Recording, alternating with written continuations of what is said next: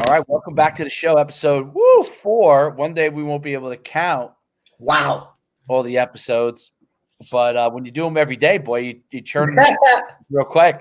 You know, I noticed today you don't have the jet sweep for 6 on for the first time. Changed it up. I changed up the venue settings, so because I've been going to my parents to do it to kind of like switch things up. So today I stayed at the in-home office. So it looks very beachy.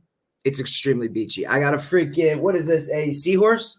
Yep, very beachy and looks good. I have the old school Indian Hills shirt on, but I still represent my boys right here. You know, but I got my old school most comfortable, as I told you in the pre-show. Our pre-show meeting in our green room, beautiful green room we have.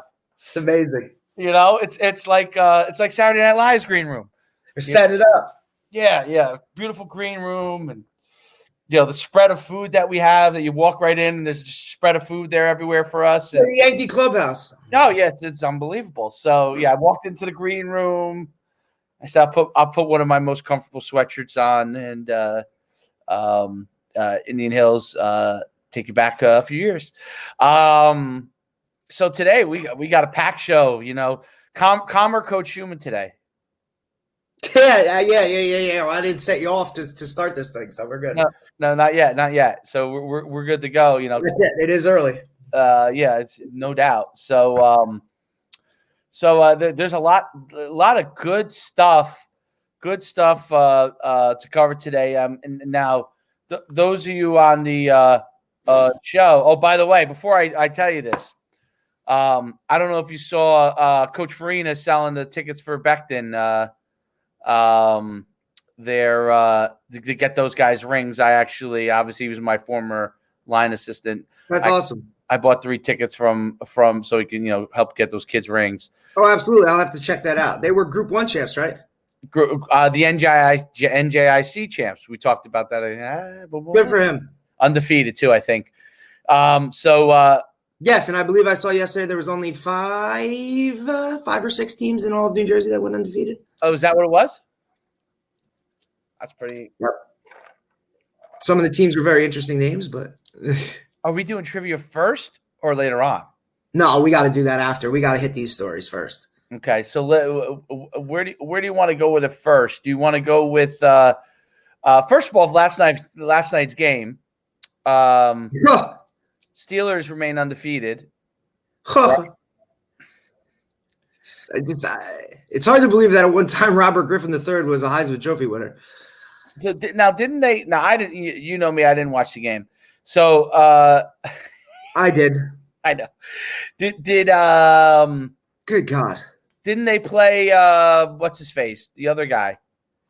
Trace McSorley. Yes. How was he?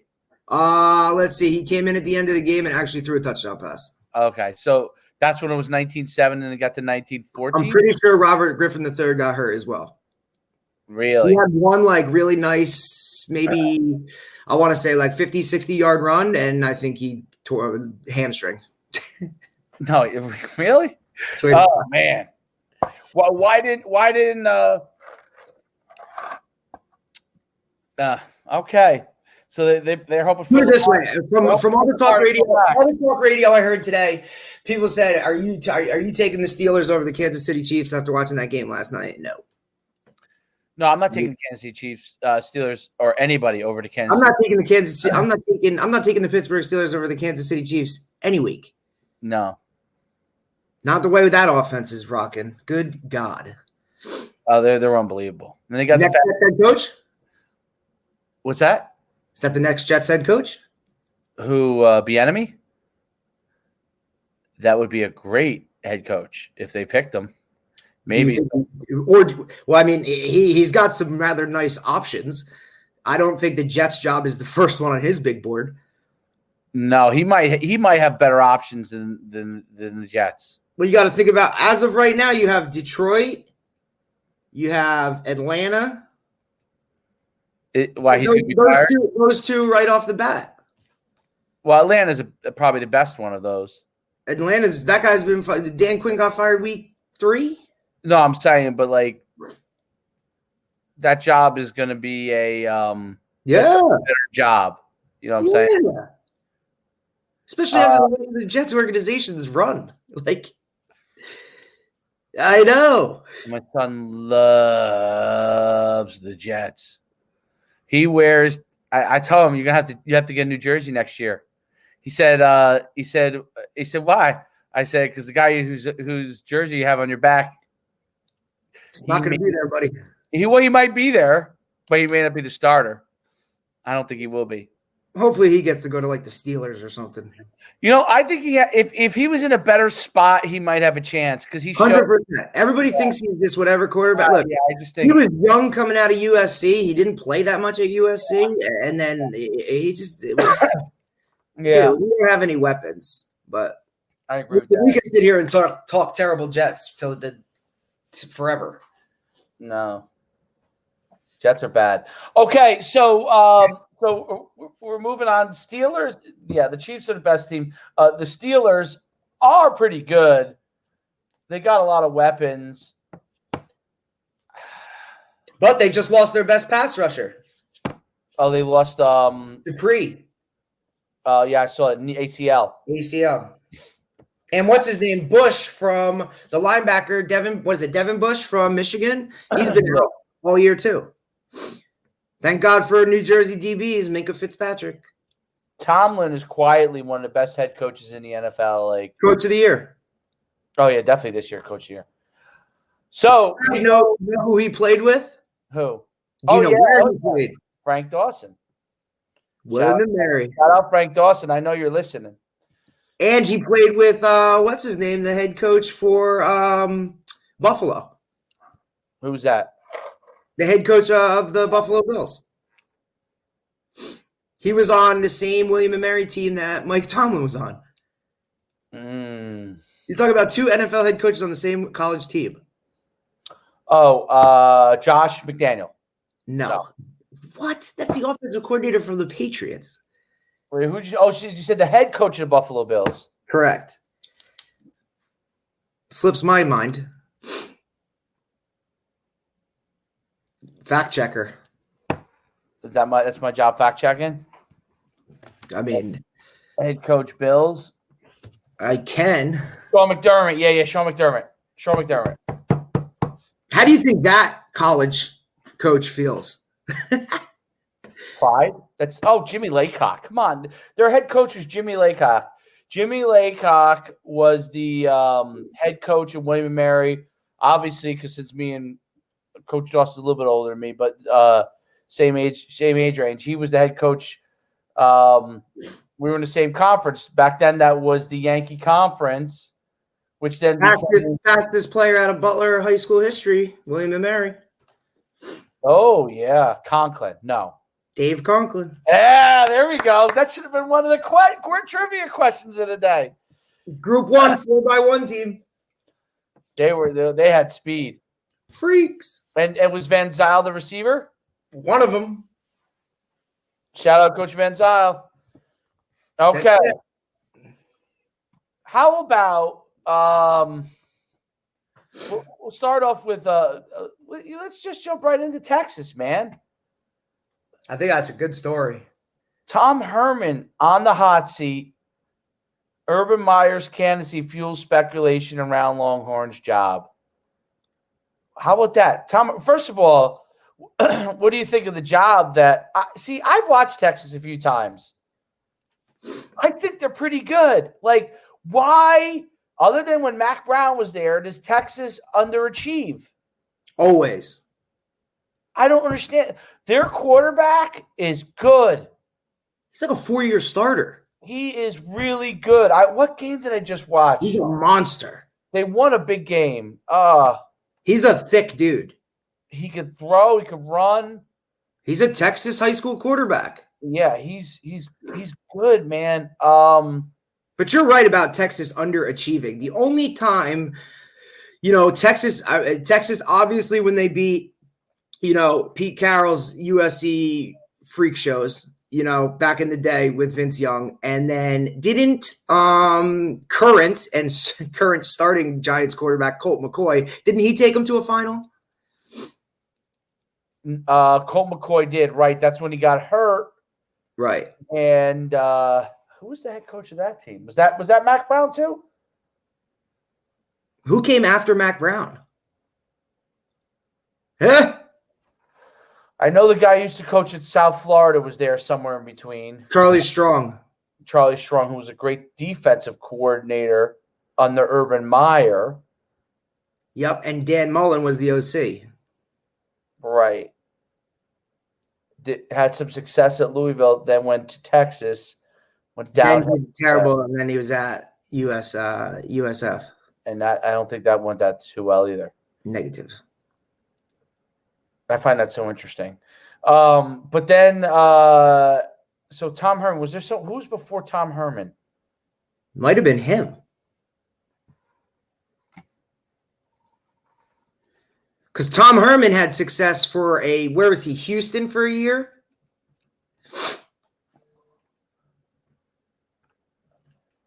No, he did a very good job at Houston. I remember he was the guy that hugged all his players before the game. They made a big deal about that. He hugged. Well, now it's kind of ironic in a sense that there's not a ton of hugging going on. But you're right. So Charlie Strong. So it was Mac Brown. So Mac Brown must have went to a second championship with Colt McCoy. That's when Colt McCoy got hurt. They really weren't as good as the other. I don't know. No, absolutely not. And they got, was it Alabama that railroaded them? It had to be. I would assume so. Mac Brown. He was at Texas till 2013. Definitely. Went to the. I've actually worked with Colt McCoy's dad at a couple camps. Cool guy. I have too, believe it or not. Here's an NC way back when. His other son, not Colt, but the other one was named. Sorry, with a C. Well, Colt McCoy's brother was at one of my camps in Oklahoma. And that's where I met his father. And then I was on the second time I met his father, and he helped out a little bit at the camp too. The second time I met his father, I was at the Maxwell Awards in Atlantic City. Nice. And I was there. I don't remember exactly why I was there, but I was there. And I'm sure Colt was getting an award. Yeah, I'm sure. It must have been that year. The night before, I think it was, I went and worked out down in the Harrah's. It was at Harrah's. Went and worked out down in the treadmill, jogging on the treadmill. Right next to me, Mr. McCoy. Is that wild? We were chatting briefly. I'm trying to think. When I would work those pro camps, when you would get the NFL guy to come in and do it. I'm trying to think of who I want to. Maybe he did one when we did OBJ, or maybe Saquon. He was a cool dude, though. He worked a lot of those camps. That was the best gig ever. Those guys that used to fly around, direct these camps with a pro, and just cash in. That must have been 2009. They went to the BCS game. So he won it in 2005. Texas won it in 2005, and then 2009 they went back to the game. And he ended up being 158 and 48 in his career, Mac Brown. And now he has basically brought Carolina back. Yes, he has brought Carolina. Well, that's where he was before he came to Texas. Right. Then Charlie Strong. Then Tom. Terrible. Yes, Charlie Strong was only there 3 years. He was, let's see. So Mac Brown's record was 158 and 48. He was there 16 years. That's pretty impressive. Averaged almost 10 wins a year. What was it? What? 158 and 48. In how many years? 16 years. He averaged almost 10 wins a year. Still not good enough for Texas. Unbelievable. Charlie Strong was 16 and 21. Yeah, you know. And what's Herman? Now Tom Herman's doing pretty well. He's 23 and 13. So 23 and 13 in what? This is what year? This is year 4. So he was 7-6 in year 1, 10-4, 8-5. Now he's 5-3. But like you said, underachieve. Like everybody looks at, Texas as probably being the top football state in the country, if not easily one of the top 2, top 3. Why can't you win there? Why don't you win consistently? Well, what a lot of people don't know is they do win consistently. Right. It's just not national spotlight winning. If that makes sense. As much as people would want them to win, I guess. That might be. Well, probably because they're not in, if you think about the Big 12, you're usually thinking about Oklahoma. The conversation is usually obviously Oklahoma or Texas, and it's been Oklahoma because how are you supposed to mess with Lincoln Riley? That guy has had, look at all the successes he has had from, taking over for Stoops. Absolutely. So going a little bit further into this, they have underachieved, but I think Tom Herman's gotten better. And Sam Erlinger, that's the quarterback. I think is pretty damn good. And Tom Herman's scheduled to make $6 million in 2020. He's a coach. Texas was trying to get Saban there a few years ago. So, does Urban Meyer now? If you were to guess, how old do you think Urban Meyer is? 50. He's not 55. He's 56. He's really pretty young. Like, his start. He got his start. He was wide receivers coach at Notre Dame. Then he became the Bowling Green head coach, I believe. Then he went to Utah. Then he was Florida, and then Ohio State.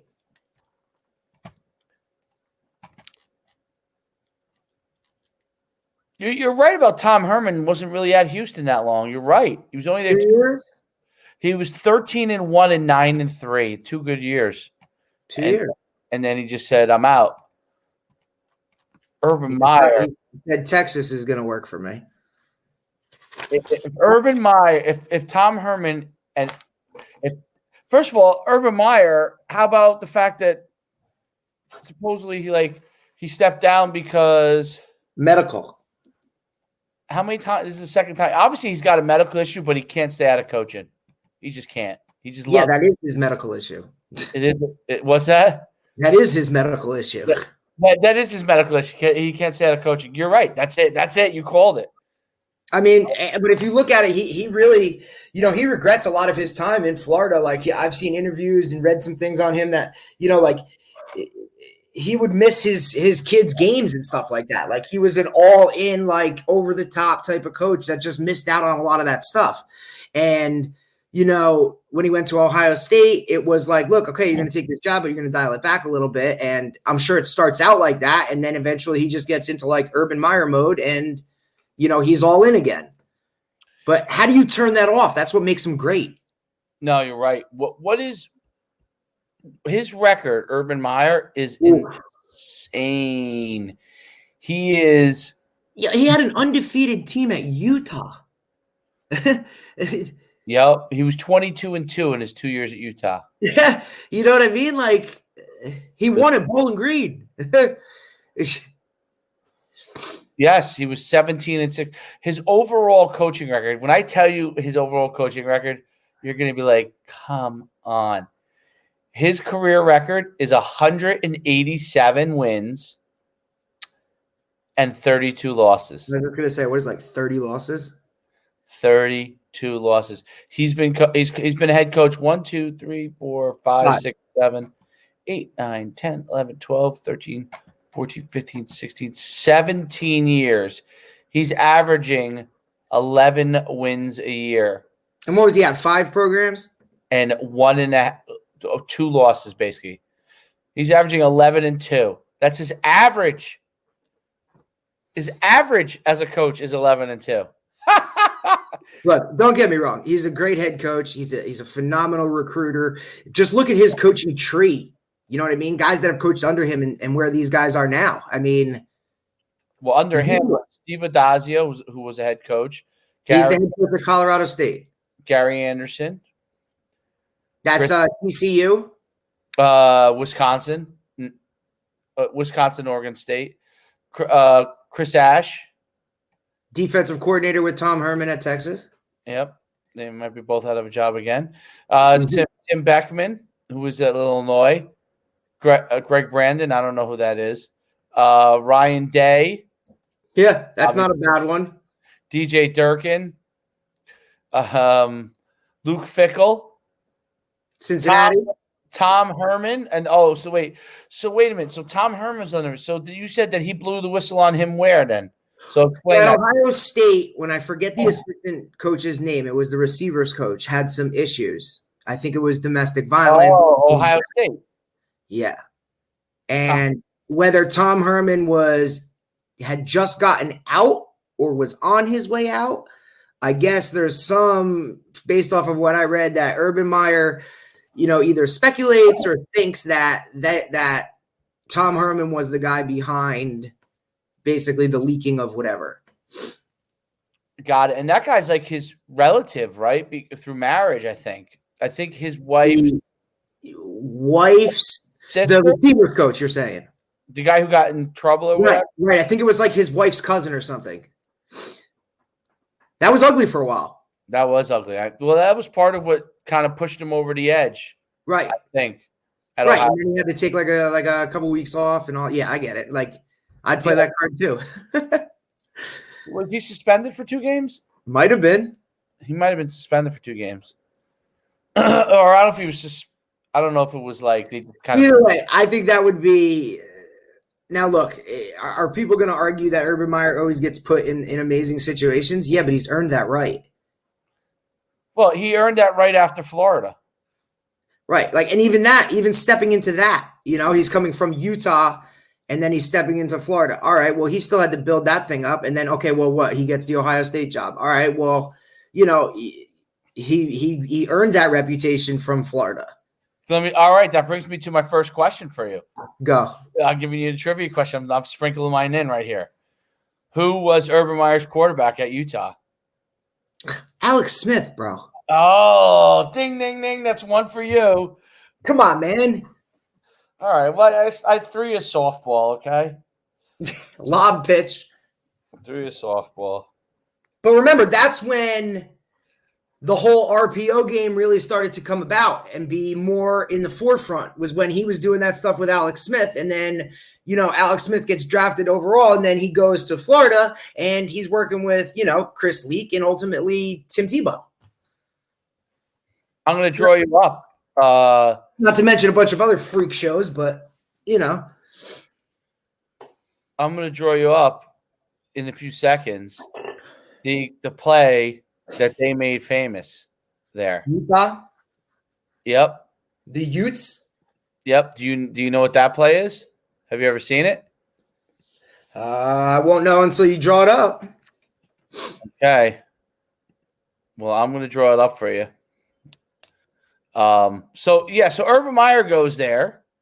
And he's 56. What's that? He's 56 years old. He's 56 years old. So you're right. He's relatively young. Yeah. Now he's not Tom Herman young. What's that? I said he's not Tom Herman young. No, he's not. He's not Tom Herman young. And how many times is he going to do this? Get out, go back, get out, go back, get out. I mean, I guess you could do it as many times as you want. You know what I mean? You look at a guy like Nick Saban, once he's finally done in this last run, I don't think he's coming back. You think he's retiring? Yeah, I would think when Saban's done, he's done. I don't think he's going to be a Parcells that keeps coming back and forth. I don't think – even look at like a Mac Brown. How many years was he out of football and then came back? That's hard to do. Very hard. I mean, even if you stay around the game, like, hey, I'm just into, I'm just going to go into broadcasting. I'm going to go into that. But if you're out of the game for a certain amount of time, I mean, look at how many things change year to year, just, with just at the high school level, let alone being out of the game, coaching. I mean, you're talking about now like a whole different, dynamic of student athlete, especially the ones that this academic world is producing. How are you guys going to be able to interact with student athletes going forward? That's why some of these guys, it's why some of these guys hire people who they hire to kind of, strengthen their weaknesses. Like, you think Nick Saban's on Twitter? Oh, I know. It's crazy. All right. You ready? Go ahead.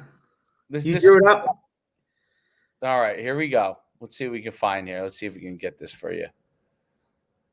This is, I don't want to give away my other trivia question right there. Okay. Can you see? Okay. This is the play. I drew it up real quick. I didn't go in the huddle. All right, I see it. Okay, this was the play. He either ran it, shoveled it, or pitched it.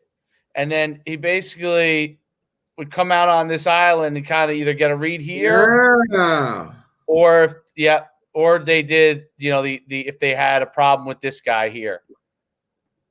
So, and that was the play. So it was a double read. Not the easiest play to run in high school unless you're committed to it as like a real staple, because I think just that forward or back pitch could get the forward pitch is not a problem, the shovel, but the back pitch could get dicey if you're reading the end and you're, what I mean, type of thing. But it gave you a double read there. So if this end came up the field right now, he shoved it right immediately, shoved it right up. If the end closed down hard, he just ran option. Great play, right? It's a lot going on for a high school QB. But that is for college, you could, I think you could do in a high school if that is really one of your. That has to be like your staple. It has to be a core play that you're practicing, because I think anybody can over and over and over. Plus, in high school, you're also relying on that end to do something. Right. You're relying, right. Sometimes that ends enough. Right. And we talk about that all the time, how sometimes plays are supposed to work and they just don't, because high school kids don't do what they're supposed to do. You know what's cool about that play, though? I always liked about it. We ran it a little bit at Saddlebrook with Baharness, but he liked to run it on the goal line and just shove it. Best thing ever. Just shove it, forward. Like he bait him, shove it, walk right in. But what I liked about it is, you know what? Like, if the guy did come up the field and you didn't shove it, and you can make the end miss and just follow. It's just basically an ISO. Yeah, it's like a lead. Yeah, it's an ISO. If you made a mistake, it's just make that guy miss and just run ISO. So it's a pretty good play. That was the Alex Smith option play, and he killed teams with it. He rushed for so many yards. Is that funny? And what's wild is a lot of my early zone read stuff came out of Utah and Florida, right from when he went to Florida right after that. Well, that's what he started out with. Like, that's what he brought with him. And then when he got Tebow, he was like, oh, guess what? I can really do this stuff. I can run QB blast and power all day. Jump pass. Yeah, that's my running back basically. So coaches, there you go. There's a little play for you. That was the Alex Smith play right there. That was the Utah staple. They killed teams with that. Killed them with it. And I'm sure, I can't remember now, but there was definitely a pass off of it, maybe a pop, like a pop pass. Oh, so that leads me, you doing that right there leads me into my first question, which is, okay, here it is. If you had, obviously, situational, I know it would be one way or another, but if you picked one play to run offensively, what are you running? If I could run one play. If I said this is your favorite play. My favorite play is probably QB power. Figures. Yeah, that's probably, but with the option, you know what I mean, of giving it the jet QB So power. you bring a jet motion across and then with a puller? Yeah, with a wraparound. Yeah. That's probably my favorite staple play. I have some my favorite run play. My favorite run play is really like a jet action counter. That's Right.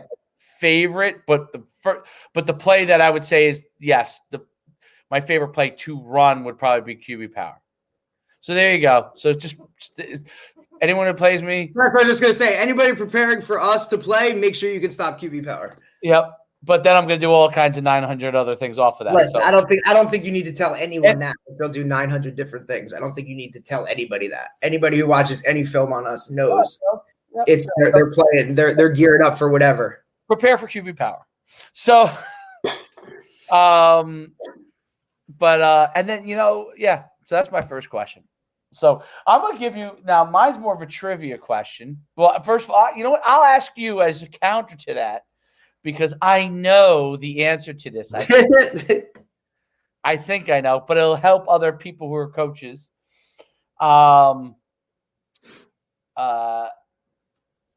Your favorite pass play out of the run and shoot that you like to run?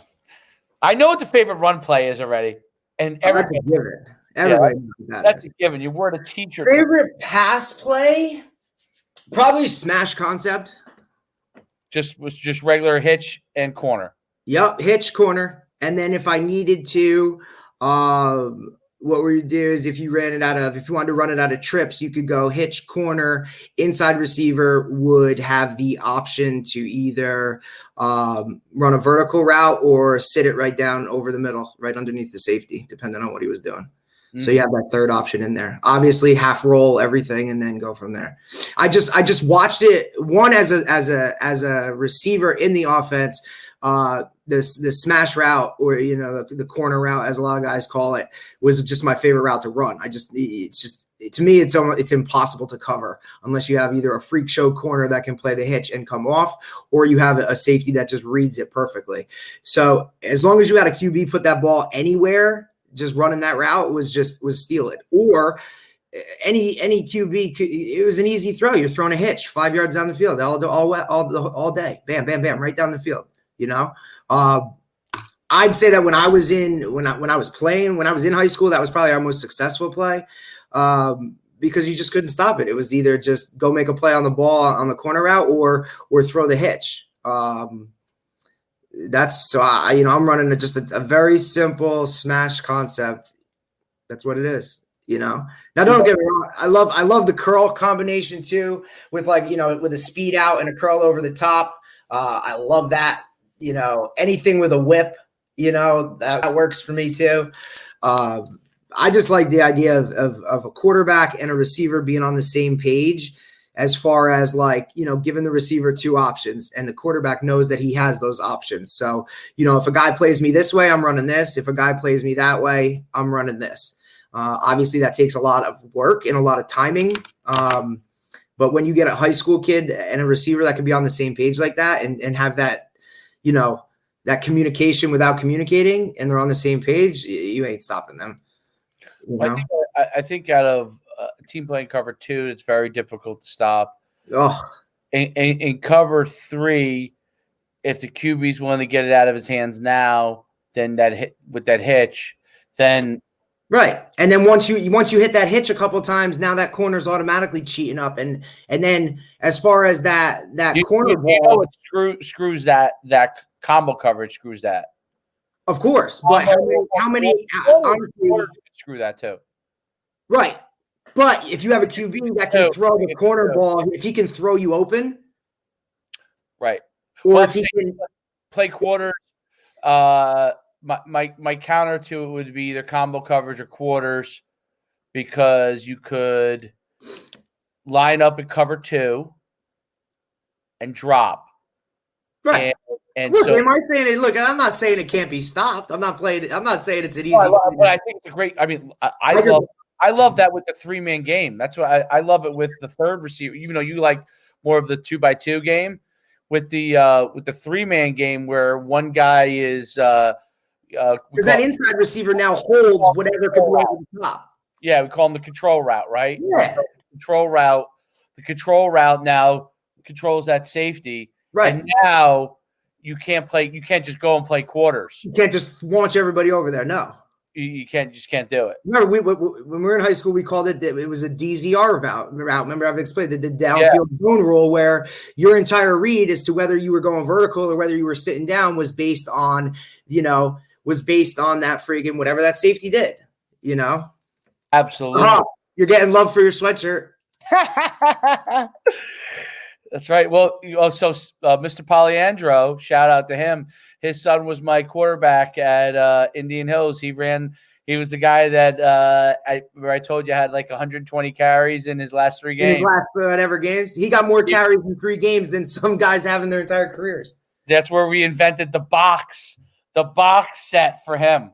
We created the box so we could run QB sweep. And it was basically we pulled anyone that didn't have – it was basically anyone that did not have somebody over you directly. You pulled. And everybody else just down. Gotta love that. It was – and then we had 4 guys in that box. I tried to do a little bit at the beginning with Chamberlain, but we were so – last year, but we were so used to the power scheme. It was hard for them to understand that. Right. So it wasn't worth – because we just ran regular sweep. And it wasn't successful. But the box was the little box, and then what we would do is we take that inside guy on the box, and he would go run jet the other way, and so then we'd run power read the other way with it. So where sometimes he would give it, and that guy would give it. There's nobody there because everybody either had to go all the way over to the box. We played Snyder in the. This was a consolation game, but it's Snyder, right? They basically were like, at first didn't have enough guys for the box. We were just going right down the field. And then they moved, which was smart. They said, screw it. They moved everybody over, like everyone. And then we just ran power the other way. And he would just give it to every once in a while, give it to the guy that was running the jet. And the kid would turn a corner. I was like, where's everybody? That it wasn't fast. No one was fast enough to score, but like they would turn the corner. There's no one there. They're like, right, we're running free. It's amazing. But he was because he was such a good. He was actually such a good just runner. And you know what? That was his first year playing football. How about that? Sure. Imagine if you had him for a couple of years. If he played from the beginning, he was a great basketball player. That's right. You said that. That's right. But he had gone to Hawthorne Christian to play basketball originally, I think. And then I think it was Hawthorne Christian. And then transferred into Indian Hills his junior year, but it was late when he wanted to play, but it was kind of late. And so he just, I remember I don't even know if he came and visited me or not, but he wasn't sure. Like basically if he was there earlier, we would have definitely had him his junior year too. Right. But anyway, so yeah, he was now he plays at Springfield. So played 1 year of football. There you go. Plays at Springfield, got an opportunity. It was a great story. Anyway, okay, so moving along. So is your deduction that Urban Meyer will be the next head coach at Texas? I kind of think he will. I don't know. That's a bold prediction, bro. That's bold. And I don't know if they want to pay that buyout. And I don't think Tom Herman has done – I watched them play. They're pretty good. I mean, they've had – they're pretty good. I don't watch Texas enough. Like, there's not an appeal for me to watch Texas. I'll watch some random MAC game on a Tuesday night, but I won't watch Texas college football. I don't know. I kind of like Texas. I don't know. Something about Texas. But I feel like they should get every recruit, but I guess they don't because there's so many programs in Texas, and then there's Oklahoma, of course. Right, like you can literally to recruit Texas is like recruiting nationally. Yeah, By far, the most scholarships. Hands down. No one's close. How many players? I bet my guess is over 300 per year from Texas. There's a reason they hold the All-American game there. NCAA rap most D1 players. Texas has. Oh, let's see. 5%. Texas, Florida, California. Has to be. I mean, I can't get an article like the way that I'm. All right. What is this? This is percentage of D1. Well, percentage I think is like Florida or Georgia, but the actual number of kids D1. Texas, Florida. You found it? California. That's what I'm assuming. Yeah, it has to be. Texas has to have the most. Just look in the NFL and look at the starting quarterbacks in the NFL and how many of them are from Texas. I'm not saying they played ball in Texas.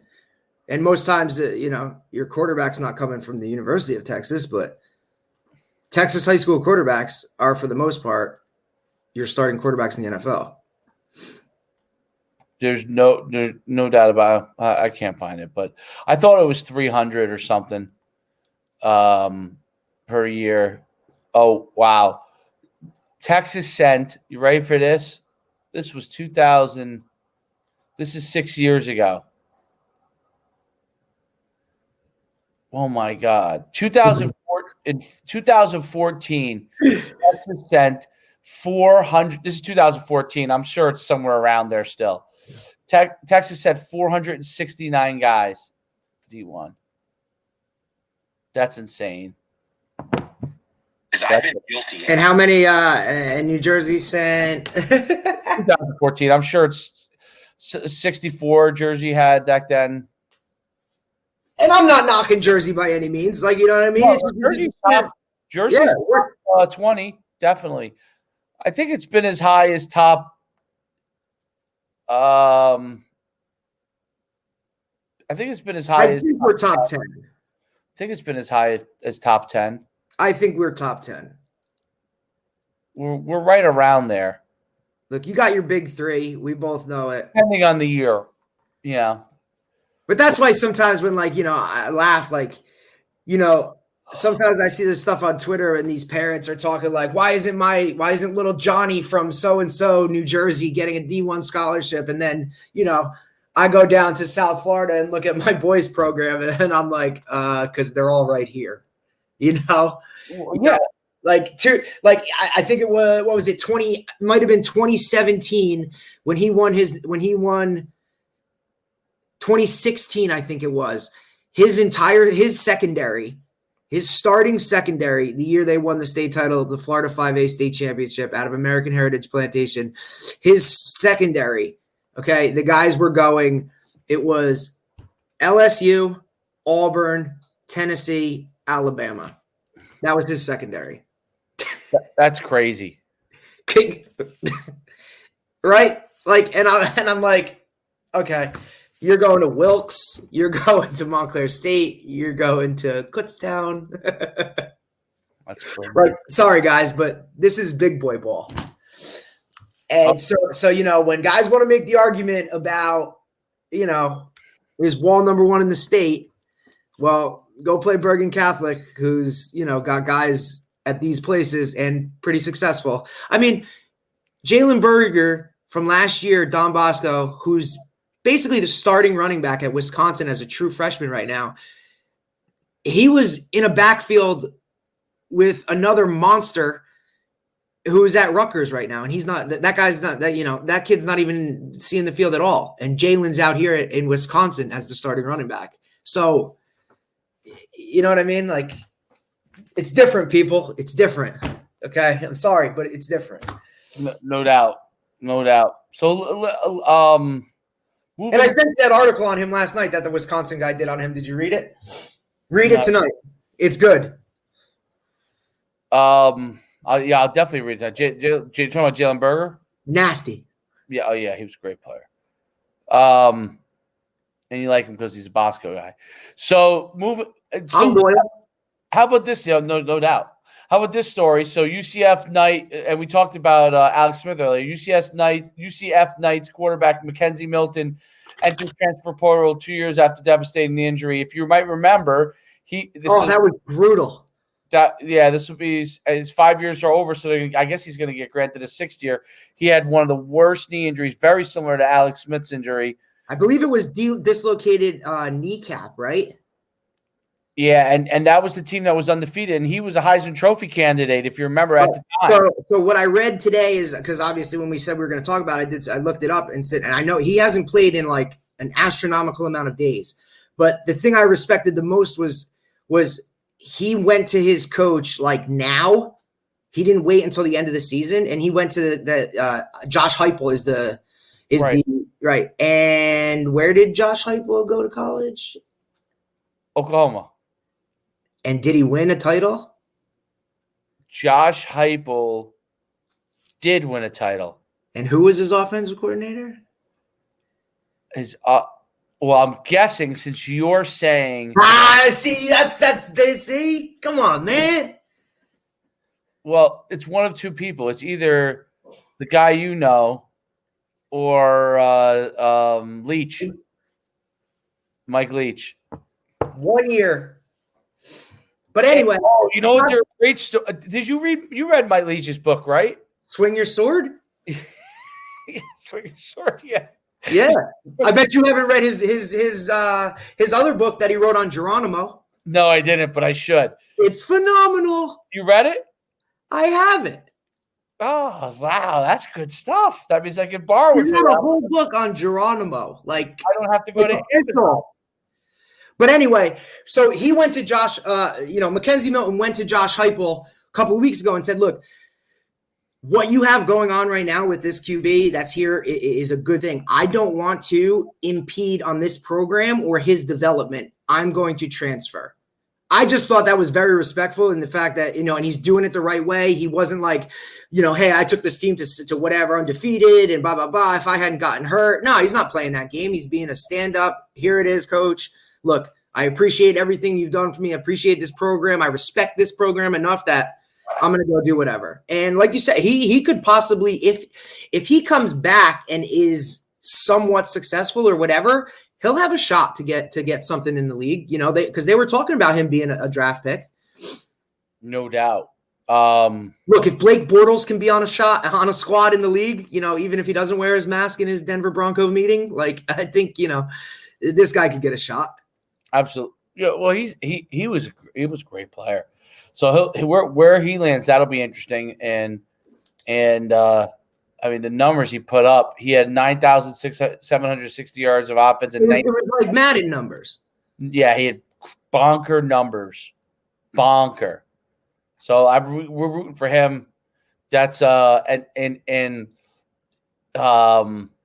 you know since you read Swing Your Sword? It's such a great title. Do you remember when he talked about how when he was at Oklahoma, do you remember the coach he would be with all the time, and they would be basically eating, I think, and maybe throwing back a few and breaking down plays and offense with him. Do you remember who the coach was? Dana Holgerson. Was Holgerson with them at Oklahoma? I don't think so. He was inside receivers coach. Well, Holgerson might have been, but there was one. You know who the line coach was? The big fella. Mangino, Kansas coach. That's the direct relationship I have with Kansas. Was because coach Kansas had, and they got rid of him. Stupid. When I met him, I didn't think I didn't think a human could be that big. No, he is enormous human. Mangino did. Listen, Orange Bowl 2007, they beat Virginia Tech. I was there to witness the game. Nobody thought they had any right even being in that game. Yeah, that's when they had Aqib Talib. They made that real nice run. I mean, it was wild. He was excellent coach. And he, when I was, this is in the 90s, this is what Kansas football, and Kansas State was the same way until Snyder came completely turned around. we would put on the games on Saturday as a kid, and we'd watch these games in the early 90s and 80s, and you would just see come across the board, Nebraska 78, Kansas 0, Oklahoma 80, Kansas 0. That might have been the 80s. Maybe that was the 80s with the triple option. Listen, current Kansas coach, do you know? No, I don't. Really? No, current Kansas coach? No. Les Miles. Come on. They're not very good, are they? Terrible. And I believe they're actually trying to push him out. You know who didn't do bad there, but then I think he got worked out of there? Turner Gill. I was just going to say that. Turner Gill was doing pretty good. Where's Turner Gill now? I know he was at Liberty for a time being. I don't know where he's at now. Turner Gill. I wonder where he's at. Turner Gill. Where else was he? Buffalo? Executive Director of Student Athlete and Staff Development at University of Arkansas. Oh, that's interesting. I guess he's waiting his time here. Maybe he has a buyout from somewhere else. You know who was always my favorite guy? Joker Phillips. Joker Phillips. He was in Kentucky, I thought. Yep. Then he got fired from there, and I wonder where he was at. He was the receiver. I met him when he was with the Gators. So speaking of the Big 12, before we transition with your move with Kentucky to the SEC, which we'll talk probably the most interesting topic of the day. My question for you, and let's see if you can answer it. This head coach won 47 straight games at Oklahoma. Don't look on the internet. No. 47 straight games at Oklahoma. And my hint to you is he ran the triple option. He was one of the first guys. I'll give you one more hint. Barry Switzer was his assistant. I was just going to say, was it Barry Switzer? Close. That's who he was going with. So it was obviously the guy before Barry Switzer? Yes. Did he coach Marcus Dupree? A couple before him, but what? Did he coach Marcus Dupree? No. Barry Switzer coached Marcus Dupree. I wouldn't know. Bud Wilkinson. No clue. You have no idea who he is. None. One of the greatest. Now I'm trying to think. Was there 30 for 30? I don't remember. Well, I watched the one on the Boz. That's why.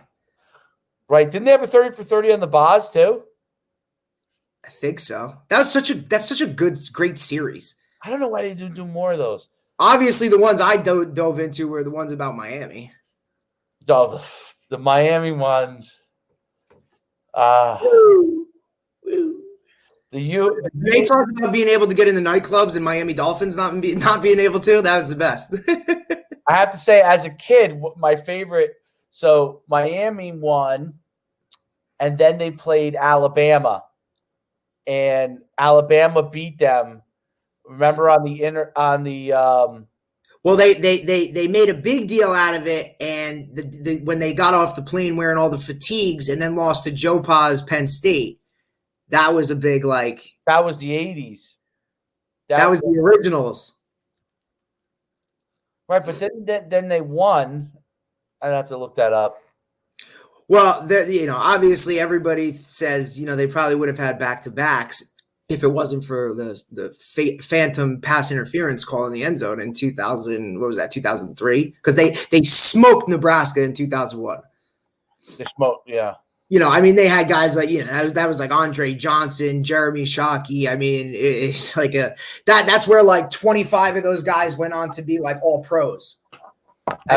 Just a Rolodex of NFL guys. Their backfield at one point was, Frank Gore, Clinton Portis, Willis McGahee. Like, hello. Their tight ends were Jeremy Shockey and Kellen Winslow Jr. Like, okay. Sean Taylor just ran down on kickoff, for God's sakes, because he was behind, Ed Reed and all these other guys. Like, freak shows, man. Yeah. And like, you look at those teams, like, and this is like what I love is Schiano coached there during those times. Like, different beast, man. Schiano, that's right. Schiano coached there. He was the defensive coordinator. That's right. That's why when he took the Rutgers job and used to have to go to Miami back when, hello, he's like, okay, guys, just want to let you know, like, we're going to win the game, but I don't know if we're going to win the game. Yeah, that's old school Orange Bowl, man. That's when Miami was Miami. That's before, when they had their own stadium, before they were driving 35 minutes to the Hard Rock Stadium that they play in now. That's, not even close to campus. That whole atmosphere and stuff is gone. No, that's all gone now. So, transitioning, Vandy football coach. So what's going on at Vandy? So obviously everybody knows, the story of and you'll have to fill me in. I forget her name. The female soccer player from Vandy that, suited up and was on the roster for their game this weekend and ended up, going in and having a kickoff and, was the first female player to play for a Power 5 team and all this really good stuff. And then side note, they lost the game 41-0. Well, there's two things that people have kind of gone to, which is wild. I think a little bit wild. One, there's this thing about that. Well, first of all, the head coach got fired the next day. Derek Mason. But he probably was going to get fired anyway. I don't know if it was going to be then, but I don't think it had anything to do with that. Some people say there was a last-ditch effort to try and rouse some interest. I don't know. Save face or bring PR to it. I don't know. But the interesting thing, I think it was Sarah Fuller's her name. They supposedly probably a name that we should know. Yeah, supposedly she gave a speech to the team at halftime. Oh, yes, this is part of some of the issues. I'm going up. And then the second thing was she went out and kicked, and I guess it was a squib kick, which I don't think that was intended to be a squib kick, and then got SEC Player of the Week. So people feel like she didn't necessarily earn her spot, got put in the spotlight on a bad team. There's a lot of hard feelings about that, and now there's some players that are saying that they may opt out of the last game because of all the stuff along the lines there where they may have been able to use another kicker and they did it as a publicity stunt.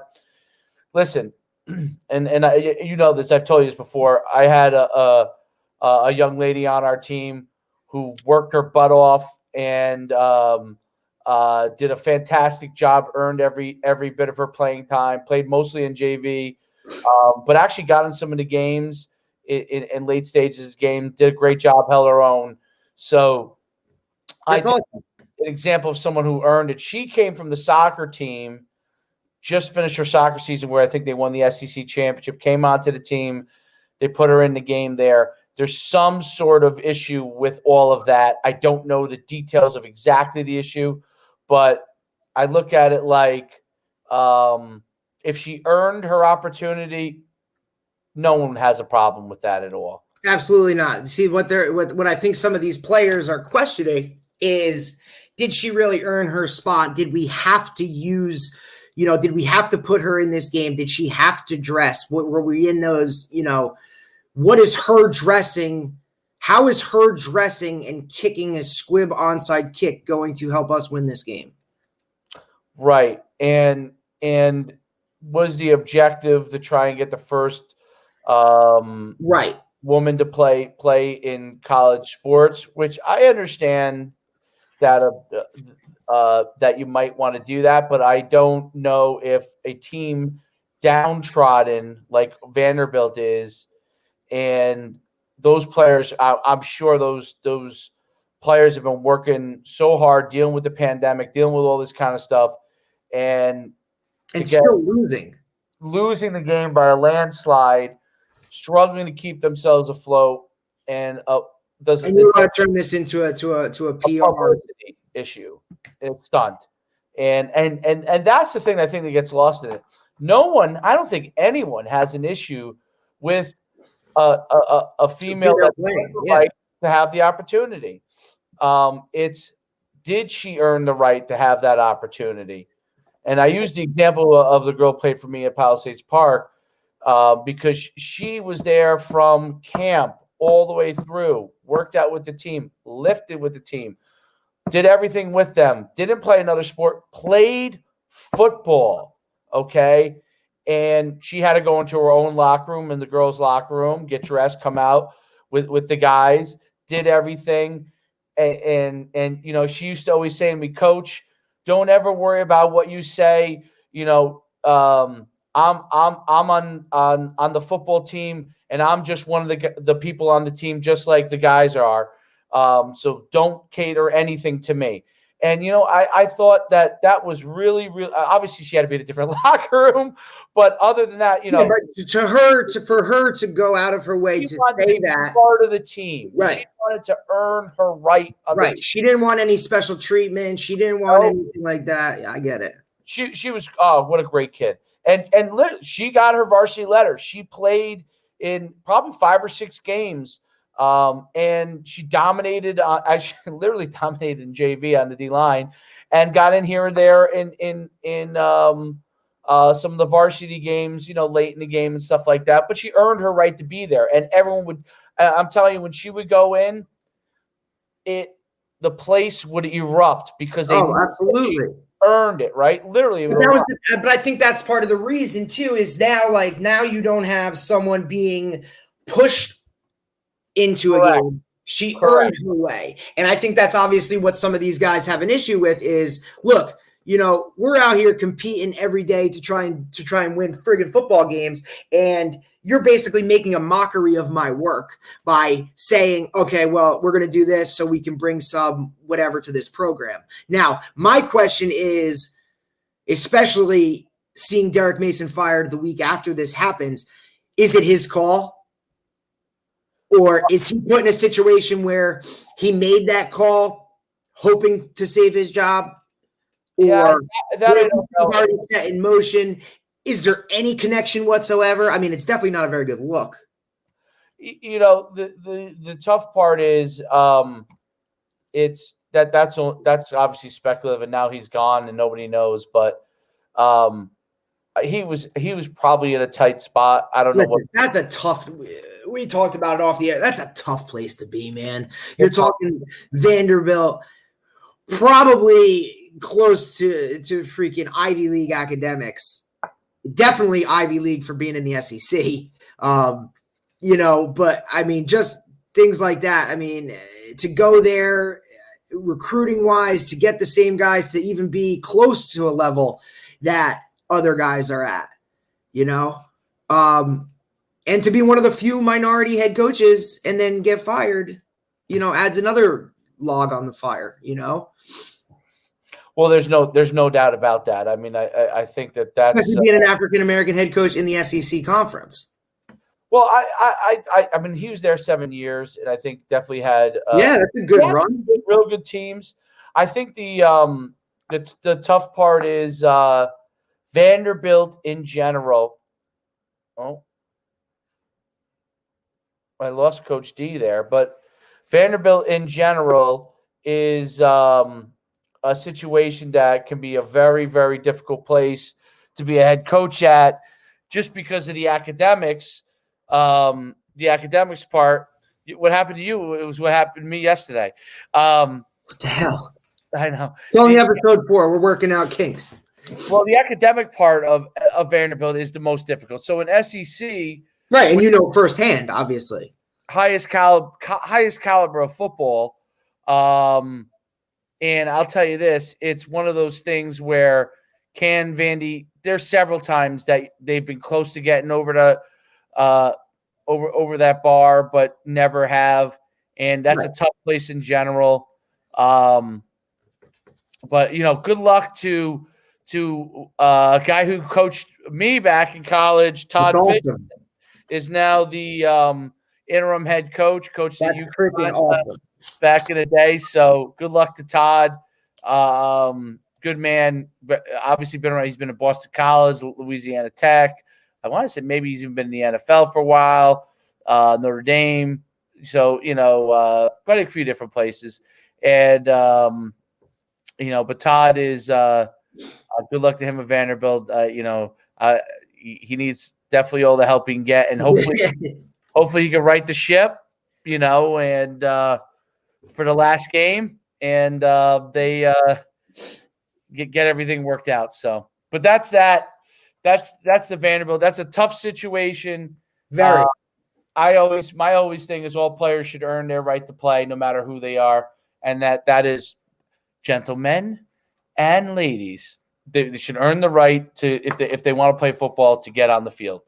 I got a topic I want to talk about because it circles back to what we talked about.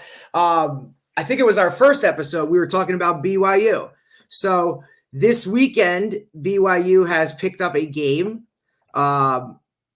The Coastal Carolina, the top 25 ranked Coastal Carolina Chanticleers were supposed to play Liberty.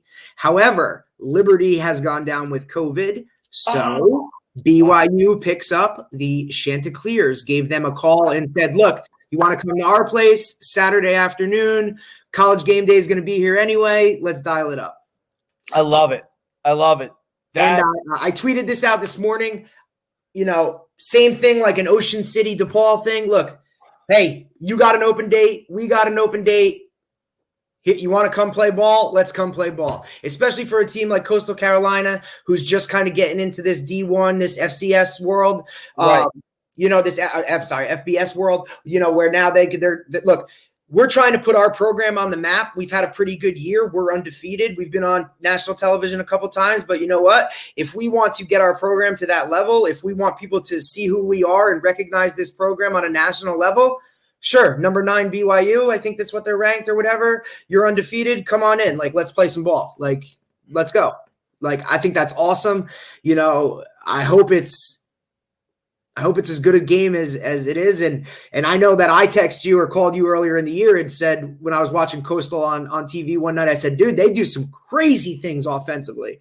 So definitely going to be 2 exciting offenses to watch on Saturday afternoon. Absolutely.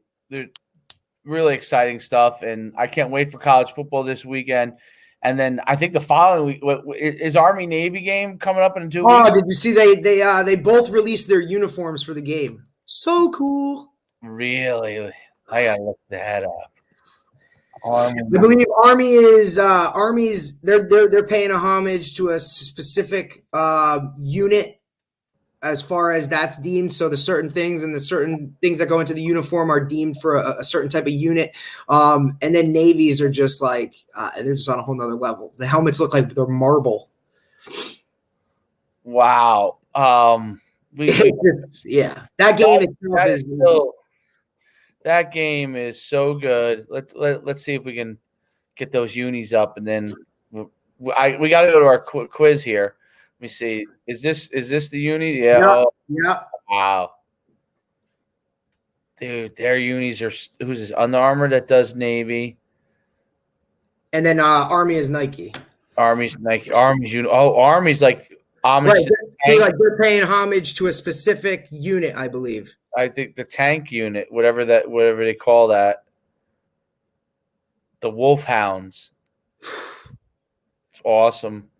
And then the Navy. Look at the Navy. Wow, Navy. They do some crazy stuff, man. These are tight. They're every year. Those uniforms are. Oh man, those are great. Man, oh man, I love it. They deserve it. Those guys are gonna go serve after they play. Mandatory 4 years. So, well, all right. Quiz time. So, who's up? You or me? I think you're. I did Bud Wilkins. That was my second one. So you're up now. Are we going? You want football or random category? Random category. Random category. Okay. You just you were convicted. Okay, convicted of murder in the first degree. You're getting the death penalty. What is your last meal? Ha! A porterhouse steak for 2. Oh, I knew it. You're so cliche going steak. Porterhouse steak for 2. Hold on, I'm not done yet. There's definitely a baked potato. No. 2 lobsters. Oh my God. Yeah. Because you said this is my last meal. So yeah, last meal. You get your last meal. You're that's what I want. I want two full lobsters I can crack open and really work. And then I want to rest for like after eating because it's a lot there. And then I'll have some sides, but that's not the biggest thing. How is your steak going to be cooked? A medium rare. And then I would wait, and then I would go and get a cheeseburger. I would have a cheeseburger. This is the multiple meals. You get one meal. This is still one meal with a break. No, this is not how it works. They might work it out all at once, man. Always work in an angle. Yeah, cheeseburger. Okay, just I find the best cheeseburger spot. I mean, to me, I think I'd have to get it. Like, I don't want any I want a Shake Shack double cheeseburger, double Shack burger, nothing on it, just the cheeseburger. Okay. You're putting thought into this. I want a cookies and cream milkshake. And then, since I'm going, baby. This is it. This is the last hurrah, so you might as well go out. After all that's done, I might have to like temporarily visit the bathroom, and then as I come back, I like to have a cigar, and that's part of the meal. It's all part of the meal. A cigar with Woodford Reserve and Coke. Since I don't partake in alcohol at all anymore, but before you might as well. I would like to have just one drink, just up, and I'm gone. And he's out. Not bad. That's a lot. That's pretty good answer, though. I'm not gonna lie. I bet you a lot of people go with a steak. Well, steak is it's a staple. Steak or lobster is probably going to be high up there. The cookies and cream milkshake is. Cookies and cream milkshake is that's. I mean, listen. I'm gonna feel like garbage. It doesn't matter. It's over anyway. So it's over anyway, though. That might block the electrocution. All that food. Well, I don't know if they. I mean, they're just gonna give you a nice little IV and you'll be out. A little IV and then you go to sleep. Oh, that was a good question. I guess it's back on me. What do you want? What am I? I'm easy as can be, bro. Give me a cheese pie. Cheese pie? Pizza. Like, give me a plain cheese pie. Yeah. That wouldn't be enough for me. No, you see, I'm just that's me. That's all. I'm good with that. Give me a nice pizza, although I don't want it right out of the oven, and I want it a little well done. If we really want to get bougie with it, let it sit for a little bit on top of the oven, and that's it. We're good. Anything with it? No, that's it. Just give me that, and I'm good. Diet Coke. All right, here's your question for me. I'll give you a question for you. Do you want football or lifestyle? Football. Okay. Football question. He said football or lifestyle. I was gonna say history too. I might give you a history one. All right, so football question. I'm going to give you one. I like giving you the ones that, I got to get you out of your generation because it's too easy for you because you're too a savant. What's that? Because I'm like a savant. Yeah, you're a savant. You'll know anything from your era. So I got to take you out of your era. Which is really not my thing. People have told me for the longest time, no football history stuff whatsoever. All right, I'm going to give it. This is a tough one. Vince Lombardi was a member of the 7 Blocks of Granite. What college did he play for? Wait, what? Vince Lombardi. Okay. He was in college. He was a member of the 7 Blocks of Granite. There was I don't know if he was a tight end or a lineman on it. Obviously, I would think that's a line. I'm pretty well. Tight ends were also on the line. It's 7, right? 5 + 2, so it's double tights.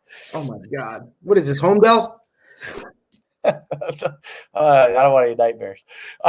Just having it, thinking double tight. So the I won't know. Do you know college? No. I'll give you a hint. Can you give me a conference? Okay, I'll give you a conference. Patriot. Oh, wow. So now it's like, so he didn't even play at like a big time. No, Vince Lombardi's like 5'10", but he was great. He was a great lineman. You know. Oh, a Patriot League school. Yes, their team was good. Look, the team back then they were Division I powerhouse team, but you're talking like, what are we talking?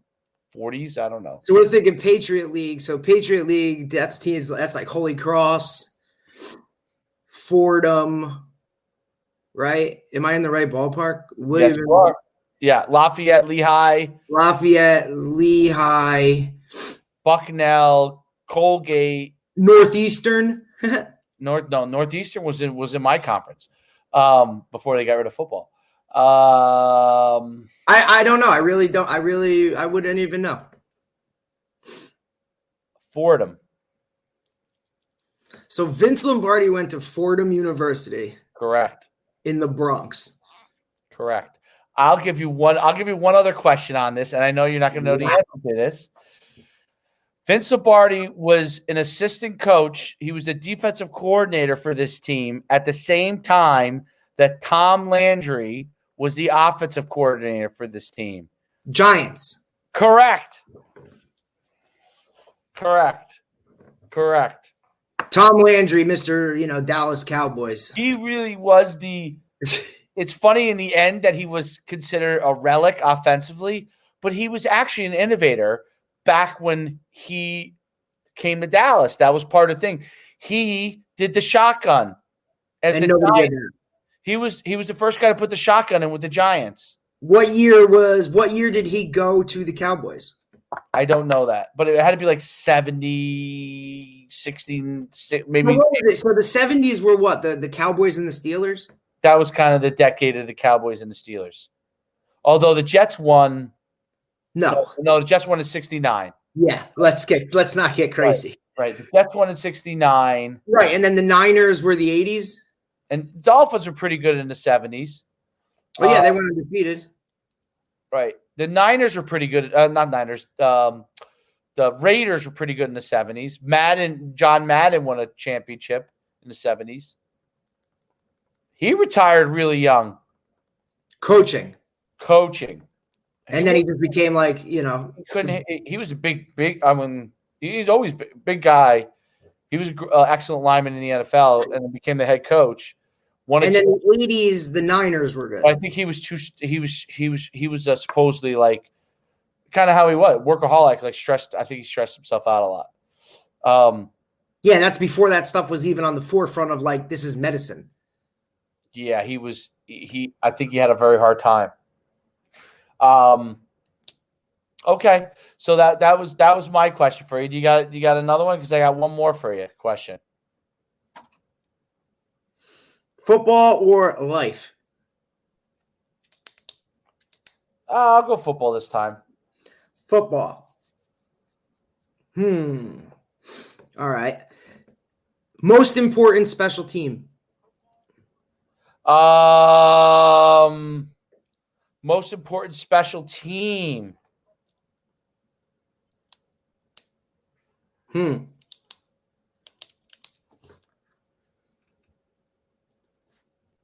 Most important special team.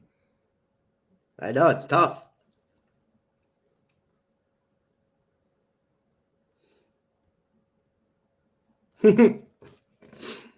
They're all important is really the answer. Well, that's a give me. But if you had to pick one that maybe you would concentrate a little bit more on. Well, I know I concentrated probably way too much time on punt and punt return, but I think kickoff is really important. I think it's easy to perfect. So if you spend a certain amount of time on it, you could really perfect it. Not perfect it, because not that some great player can't just run right down the field and because he's faster than everybody. But if you bury people inside and make it longer for them to go, I think if you could have a really good kickoff guy, okay, that's the ideal thing. That's the most important thing. But even better if he's really good with his kicks, meaning he could squib, put the ball in different spots, do on sides. I think potentially that could be the most important team. Now, if you don't score enough points, you don't get to kick off. Right. So those kind of go hand in hand. If you're a team that's on the rise and is not yet scoring on a regular, I think punt and how you handle punt fakes and punt become the most important. When to kick, when not to kick.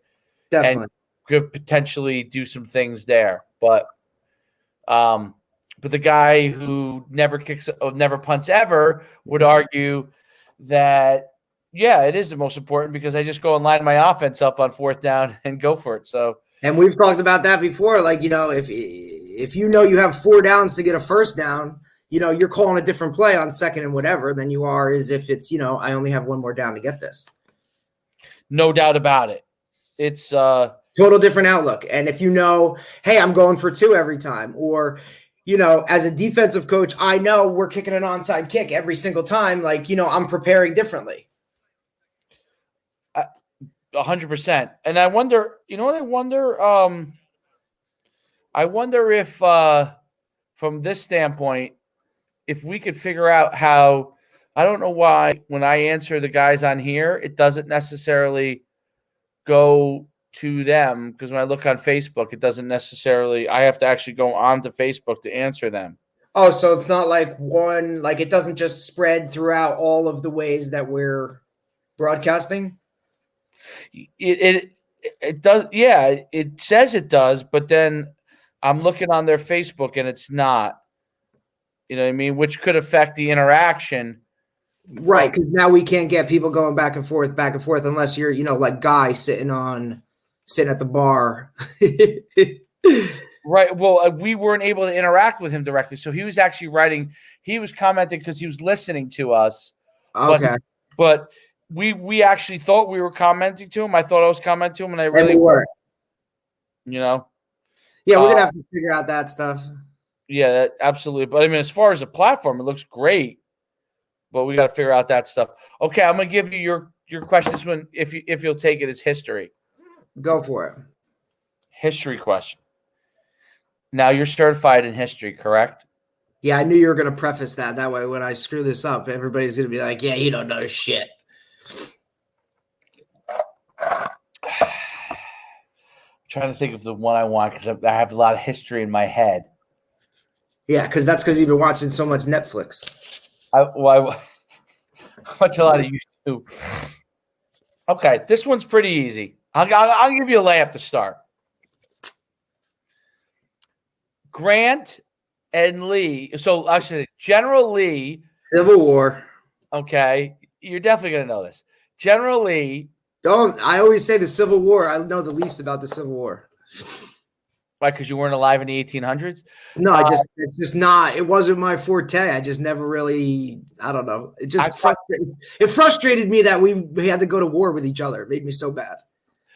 Well, I it's funny. I'm fascinated by it. What the cause is and how it affects society. Coach Johnson, who I learned from, Coach Billy Johnson, as a history teacher, that's his forte. Is he named blitzes after Civil War battles, for Christ's sakes. The Battle of Bull Run. Yeah, he used to that's what used to be his friggin' blitz calls. Like, it's crazy. That's funny. Okay, so General Lee, surrendered to Grant at this courthouse. It's such a layup, and I don't know it. That's the name of it is? Yeah, I told you, I won't know it. I don't know it. It's pathetic. I know it. It's such a layup. I told you. It's in Virginia. Yeah. Wait. I'm trying to think. I think I want to say it was in Virginia. Norfolk. No. Appomattox. Oh yeah. Appomattox Courthouse. Come on, man. No, man, I told you. I don't. I'm not good. And he said to now we start talking like I always was people always ask me like what's your favorite like era? Like I love the 1920s prohibition era when it's like gangsters. Like we're talking John Dillinger and Capone and all those dudes. Like too much about that. I love that. Like that's that era, like because it's between World War I, World War II, like, and the country literally just goes insane. Like that's when women start cutting their hair short and start wearing skirts, and like it just the whole country's like partying because they told us we can't drink, we're gonna drink. Like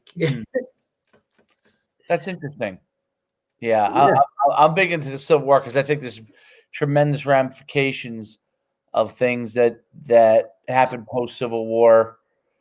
I'll tell you one that most people don't know about the Civil War is where Gettysburg actually is. I know where it is. What state? People have no idea. Pennsylvania. Yeah, most people do not know that. They think because there was only, if I'm not mistaken, only 3 battles of the Civil War that took place in the North, and that was one of them. Really? Well, Bull Run must have been in the North. And I used to love the fact that my first year at Mount Olive, we went to camp at Gettysburg College. It was awesome. Like, you want to talk about football plus bigger picture stuff? Like, that was cool. Practicing whatever, and then, going for a late night run through friggin' Gettysburg Fields. Oh, that was like in the movie. Remember the Titans. But I mean, it was just so much more than that. It was cool. All right, so that was my question for you. I follow up with another one, but I'll let you ask one more, and then I'll ask one more. And I'm sticking with history on you, getting away from football, but I'm sticking with history because I think I can stump you again. All right, so football or life? So I did football last one, right? Yeah. So all right, so let's do life here. Dream vacation.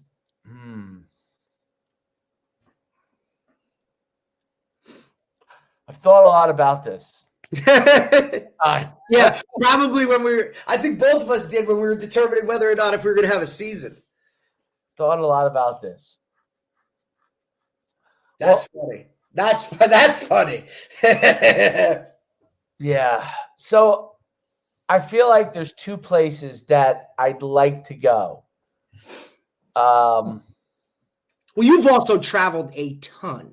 No, only in the United States I've traveled a ton. But that's what I'm saying. Like, to me, that's still traveling. Like, there's enough in the United States to see to be like, I've traveled a lot.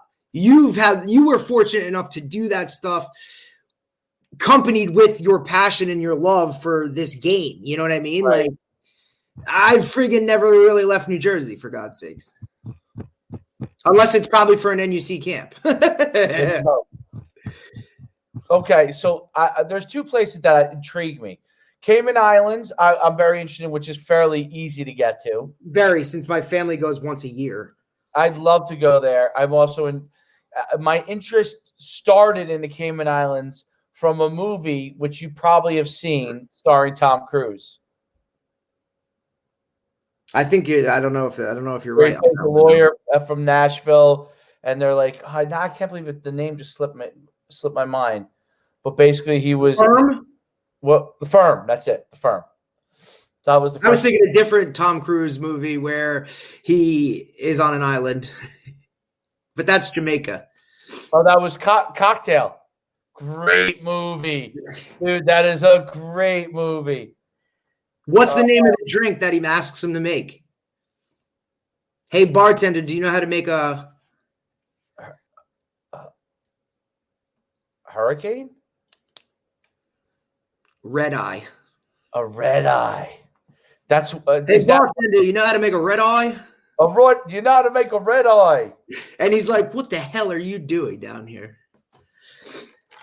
That's what he's. How dare you talk that way about my wife? Who, Pocahontas on the beach?" And do you know what movie she starred in with Patrick Swayze? That woman, that actress, I should say. Yes, Roadhouse. Yeah, boom. That's it. Roadhouse. Love that movie. Roadhouse. And do you know the movie that both Tom Cruise and Patrick Swayze were in together when they were young? What is it? Chippendales? Isn't that it? Am I right or wrong? What? I'm telling you, I know exactly what it is. I don't know what Chippendales is. I'm telling you, hang on. But you're looking it up. Yeah, because I want to know if I'm right. Not Chippendales. It's a famous movie. It also has Ralph Macchio. Oh, you're talking about Outsiders. Yes, The Outsiders. What was Tom Cruise's name in Outsiders? Was he Soda Pop? No. It was a terrible name. He had a bad.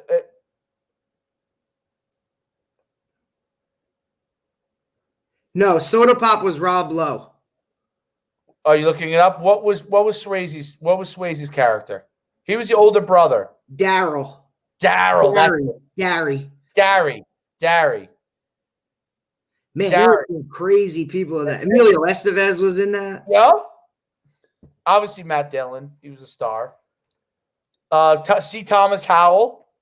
Ralph Macchio, dude. The Karate Kid. Ralph Macchio, Pony Boy, man. He's Pony Boy. He's Pony Boy. Ralph Macchio is actually great in that movie. So is Matt Dillon. Obviously, he plays the corner bad guy. Listen, the guys who play the Socs, do you know who one of the Socs is? Famous actor. I'm looking at some of them right now. I'm trying to think. Is this one of them? Lorenzo Lamas is one of the Socs, I'm pretty sure. Dude, there's a lot of people in this. The woman who plays Cherry is Diane Lane. Yeah. Cherry. Nicolas Cage is in it? Nicolas Cage? Who's Nicolas Cage? Is he a Soc? Maybe.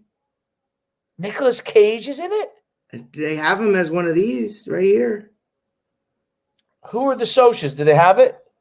I don't know. I'm looking at it right now.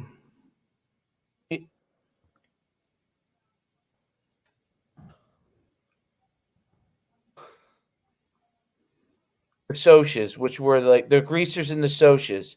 It's one of my favorite movies of all time. I never read the book. 1983.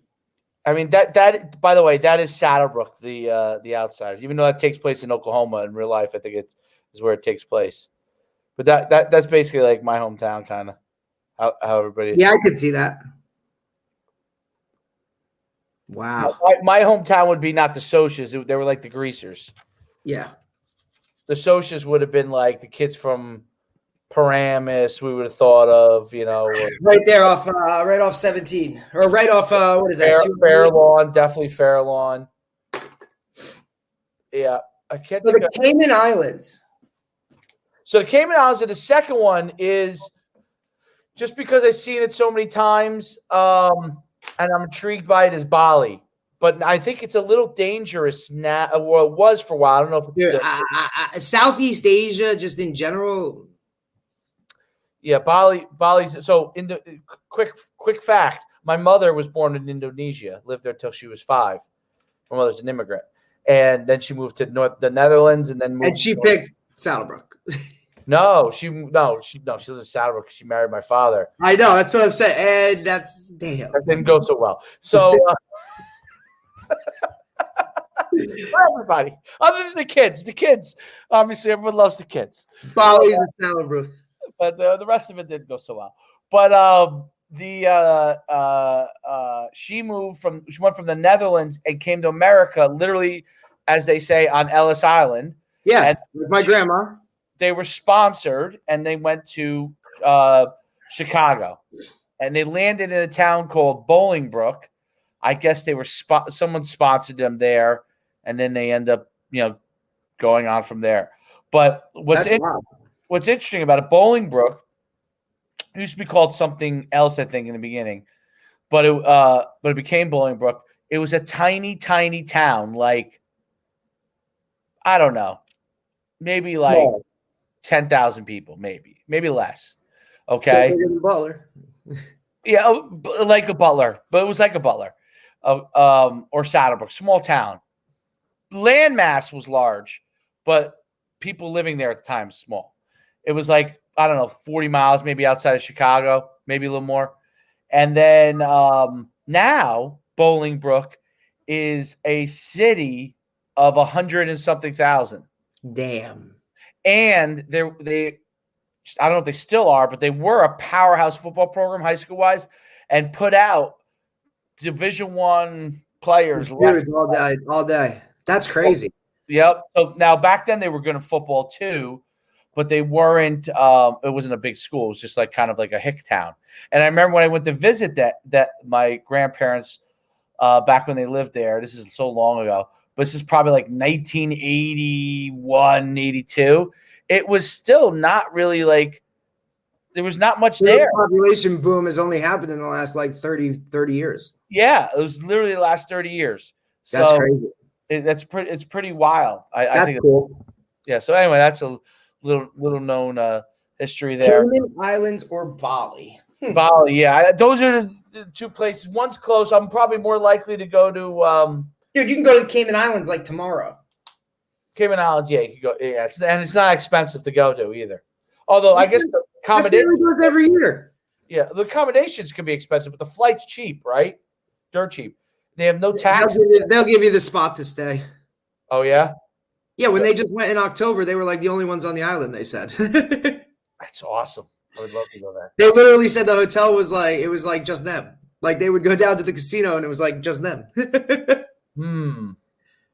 Okay, so let me ask you this then: if you haven't traveled much, if there's a place that you could go visit in the United States, where would you go visit? I already told you. I'm going to Seattle. Seattle. That's right. You did say that. Why do you want to like why? I don't know. Maybe I've watched one too many seasons of Grey's Anatomy, but I'm just saying, like, I don't know. There was just always something about Seattle that appealed to me, whether it's, or maybe it's just that Northwest area, like just huge forests, green, wet. I don't know. People are always depressed. I feel like I'd always be happy. Coffee, fish. I also did used to watch Real World on MTV, which was Seattle. Right, Seattle was a very good season. I liked Kurt Cobain. Harry and the Hendersons was filmed up there. Like, I don't know. There's a lot of good. Black Sheep was another good movie that was filmed based out of there. I don't know. I was in Seattle with Tom Hanks. I was Sleepless. Yeah, and I read The Boys in the Boat about University of Washington rowing team in the 1930 Olympic Games or whatever that went out there and crushed it. That's a good one. I mean, I don't know, something that's so intriguing. I used to love Gary Payton, who played for the Seattle Supersonics. Like those guys were beasts. I think it would be so cool. I got to post this because I think you saw this. So I played youth football with Chris. He's the video guy at runs the video for Northern Highlands football. Fountain Egg Sandwich? Township Fountain, which is is now no longer, I think. They used to have it's like a Saddlebrook. It's like like your breakfast spot. Yeah. And we used to go there and eat breakfast all the time, and it was right down the block from the high school. So you go there, get lunch sometimes and stuff. Oh, I know where it is. So I guess that was his death penalty meal. I think you're selling yourself a little short there. Not the egg sandwich. I said I didn't even give a specific pizza place. I just literally said, give me a plain cheese pie from anywhere. No, yeah, what if they brought you Domino's? I could, then I got to get two. See, I think like a switch up to Domino's every now and then is not a terrible thing.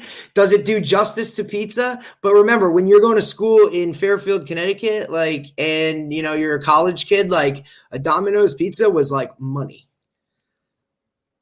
That and a 30-pack of Red Dog. What is Red Dog? Was that worst beer ever? Oh. You could get a 30 for like $10. I don't even remember that. And maybe I'm sure it was. I just don't remember. That's what I used to drink out of like beer balls and stuff. And I wasn't even a drinker. I just had to buy it for the recruits that were supposed to come in. You knew it was a good recruit when you got an extra $20. What was your favorite? Well, I guess you went to two schools. So what was your favorite place to go eat in where you went to school? See, but it wasn't. See, that's weird because it wasn't like that. You know what I mean? Like I went to school in when I went to Sacred Heart in Connecticut, like there were spots that we would frequent, but it wasn't frequent enough because, I was only there a year and I never had a car to go off campus, And then when I was at Montclair, I commuted, so I really didn't live that college life. You know what I'm saying? Like, whereas you guys had like a spot to go. Yeah, man, that's why. Why do you think I want to travel? I got to get out of here. Did your parents, after games at Montclair, come up there and take you out to eat? Sacred Heart, we did. Montclair, no. Where did they take you out to eat in Sacred Heart? I was a plain Jane guy, so we'd go to like an Applebee's or a Chili's. Chili's was my jam. Hey, you gotta hang out with me more. I tell you, I'd get you. Because you're a foodie. Yeah, so we would go to a place called Angelino's. Right. See, like you had a spot, right? Like, so I went to I was only a Sacred Heart for a year, which means I only got 4 home games, 5 home games. Right.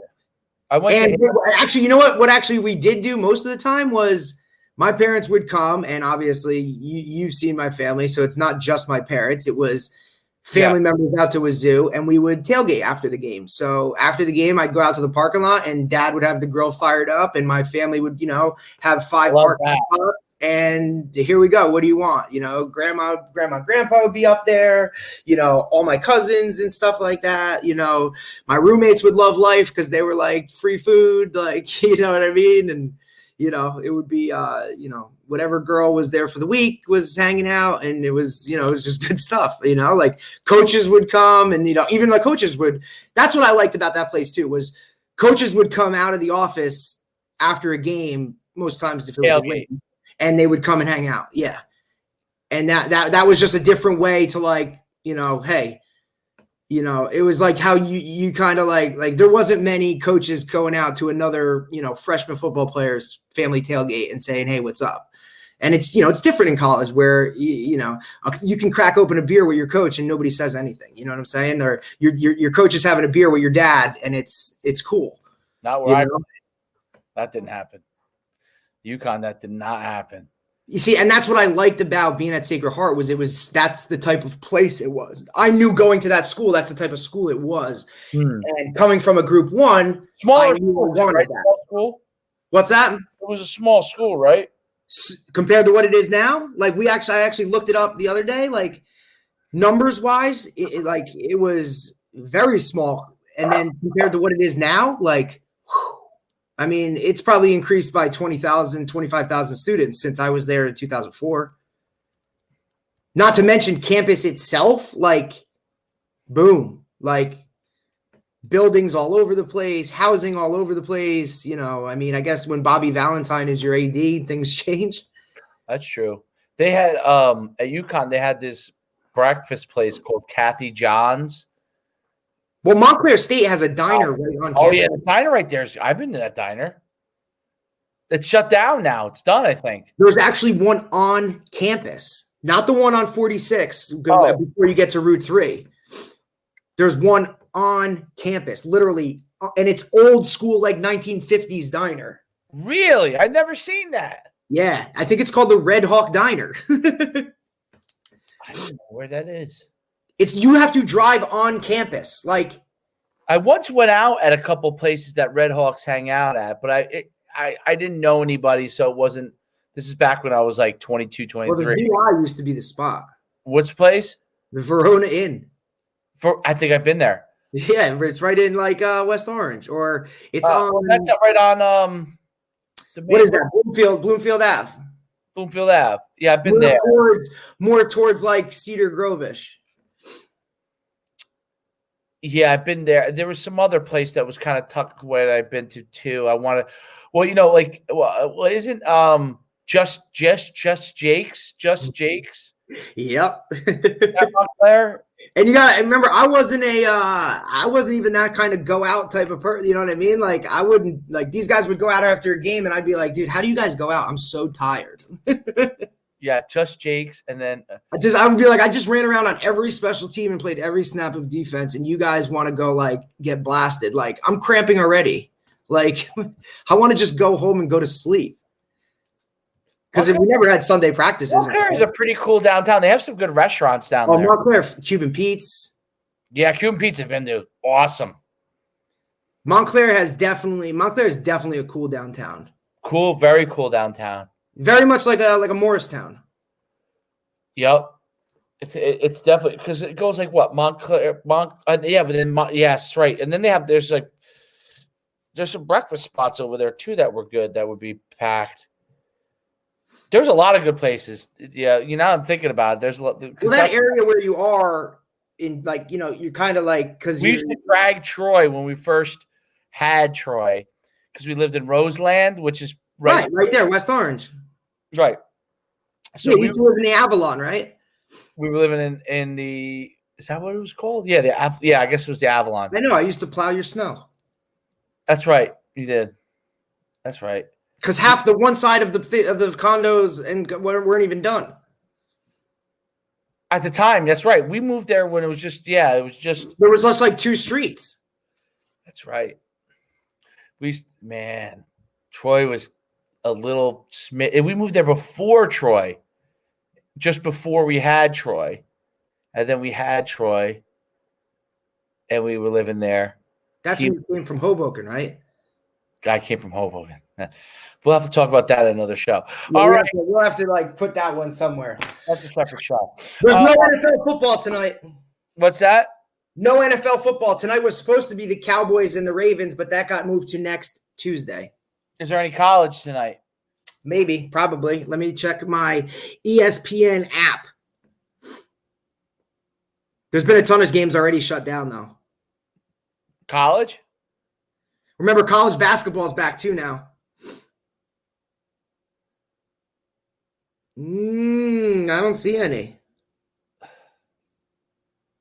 I don't see any college football tonight. Let me see. Nope. No college football tonight, buddy. Oh, but I do want to sneak this in. Do you know what the spread for Alabama LSU is? 20. Alabama LSU. After LSU wins the national title last year. What do you think it is? After LSU wins the national title. So LSU won the national championship last year, right? Right. So this year, the year after, they're playing Alabama. What do you think the spread is? 20? No? 28.5. Come on. Come on. The largest spread for a team coming off a national championship in the history of sports, the history of college football. That's interesting. Bo Pelini, don't hire him. I think I might have to. I'm now obsessed with all the people that were in The Outsiders. Oh man, it's pretty. Tom Cruise played Steve Randall. You got another guy in here. What's up, Coach? I'm pissed about my Ravens. Who's this in the chat? I don't know. I can't tell what it is, but I guess yeah. Well, the Ravens didn't play that well, so I would think so. All right, Coach. Another good one in the books. We'll see you tomorrow. Same time, same guys. Friday special.